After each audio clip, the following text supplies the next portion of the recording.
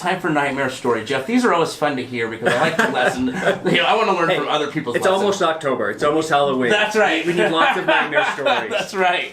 That's right. So can you please share with us the Nightmare Story that you prepared today?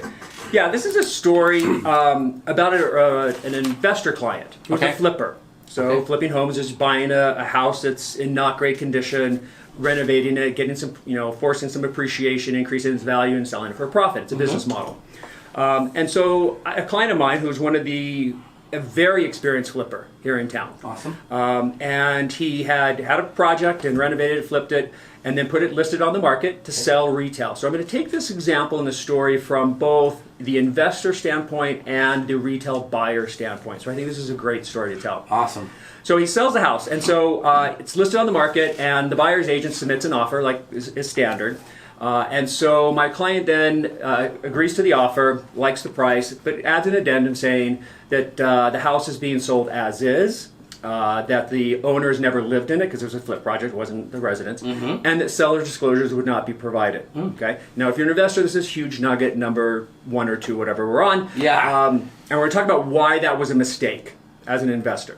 Okay. And the reason it's common for investors to do that because they haven't lived in the house.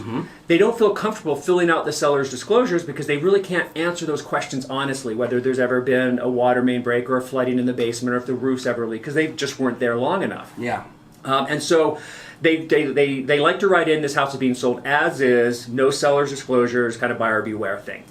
So he put that in addendum, buyers signed it, and buyers bought the house. And then springtime came around, and the rain, and there was a small leak in the roof between sort of a kitchen and a back deck that was covered. Okay. And the buyer's mother decided to really investigate this. She was kind of a mama bear, protecting her daughter, first-time home buyer. So the mom physically gets up on the roof. Oh, wow. And she starts jumping up and down on the roof. Oh. And finds a soft spot and puts her foot through a soft spot. Oh my gosh. Yeah. Wow. And then, of course, she's now claiming that the whole roof is defective, that it wasn't repaired properly, and that the whole roof needs to be replaced. At $18,000, etc. And we're just like, well, you can go up on any roof, and if you stomp hard enough on it, you're going to put your foot through a roof board. Right. That's going to happen. That doesn't mean the roof is defective because you put your foot through it. Right. And so, we explained to them, and my client was, he's a great client, and he really is into providing great quality homes for people. And he's like, hey, we can come back and fix that hole, and we're happy to fix the hole for you. We're not replacing the whole roof. Yeah. You created that hole. That was not part of the house. Yeah. And the mother just kind of jumped in and took over the control and really aggravated the situation, which is what you're going to find a lot. Someone else is usually the instigator of the problem. Right. Then they hire a lawyer, and that takes a couple more weeks, and the lawyer makes, hey, well, maybe you should pay for this. I'm like, no, really, the mother got up the roof. We'd even sent our roofer out there. My client sent his roofer out there to take a look at it. And the mother was up on the roof at that time and refused to even allow him on the property. Oh, wouldn't even let a qualified roofer up there to investigate it. Wow. Their lawyer ended up dropping them because really they didn't have a case. And then we ended up in arbitration and settlement. And at the end, we initially offered $700 to repair the one thing that was probably a mistake and missed during the rehab. And, Sure. And my client really should have fixed it. And he was happy to fix it. Yeah. But he wasn't going to go replace a $17,000 roof because someone put their foot through it. Right. And in arbitration, they ended up with $700. Wow. So they didn't get anything more out of it. It took 2 or 3 months. Everyone was stressed and anxious. Yeah. They spent more money. My client had to spend a little bit more money in legal fees. And at the end of the day, they didn't get anything more out of it. Right. So here's the lesson. As a real estate investor, if you're doing a flip project, always provide seller's disclosures. Even if you can't answer the questions with full information. Just check no, or check, even write in. You can handwrite in, I don't know. Right. I don't know this, buyer to investigate. Right. Because what that does in the legal world is that it's called shifting the burden. So if you don't provide disclosures, then there's an argument that maybe you're hiding something. But if you disclose something that, even if you disclose I don't know, Yeah. now you force the buyer to investigate and make that determination of whether or not the basement's ever flooded or the roof's ever leaked, something like that. And Utah itself is a buyer beware state, just kind of FYI. Here in Utah, it's a very buyer beware state. Other states protect buyers, Utah protects sellers. Got it. And in rentals, Utah protects landlords, other states, they protect the renters.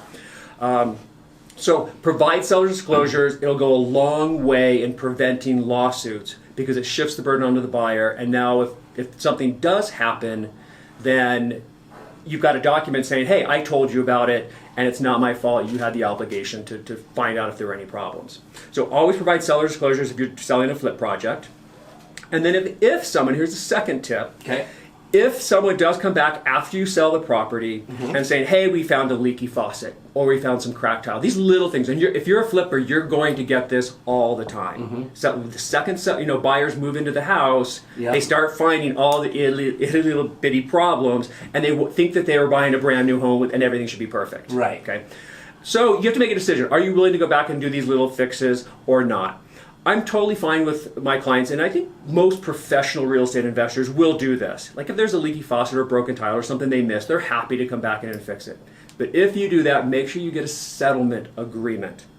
And in that settlement agreement, it's going to say, yes, I agree to come back, fix the leaky faucet or the broken tile. I'm going to spend this much money, but at this point, you waive all other claims or lawsuits or damages or anything else about the house, and I am no longer responsible for anything else. Because once they move in, they can create problems. They can break things. And you're not going to come back 6 months later, 12 months later to fix all the things that they broke. Right. So that settlement agreement will sort of at least give them their peace of mind that these few little things are going to get fixed.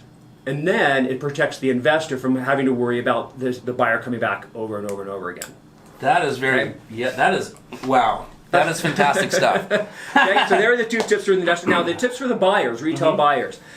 Because buying flip projects is a great thing because you're going to get close to a new home, a newly remodeled home in modern materials and architecture, and it's going to look great, but it's not a brand new home. Right. It's an existing home. It could be older. There could be older plumbing, older electrical, that kind of thing. Yeah. Make sure you work with a really good real estate agent that understands the investor market as well, that understands flips and knows how to inspect flip projects as opposed to other kinds of retail properties. Understand that if you're a retail buyer, that Utah is a buyer beware state. So it really is on you, the buyer, to do the inspections. And if there's anything in the inspection that you're curious about, make sure you investigate it further. Hire a sub-professional in that, like an engineer, structural engineer, or concrete guy, or roofing guy, to come in and give an expert opinion on what the general inspector has already done. Wonderful. I'm taking notes myself.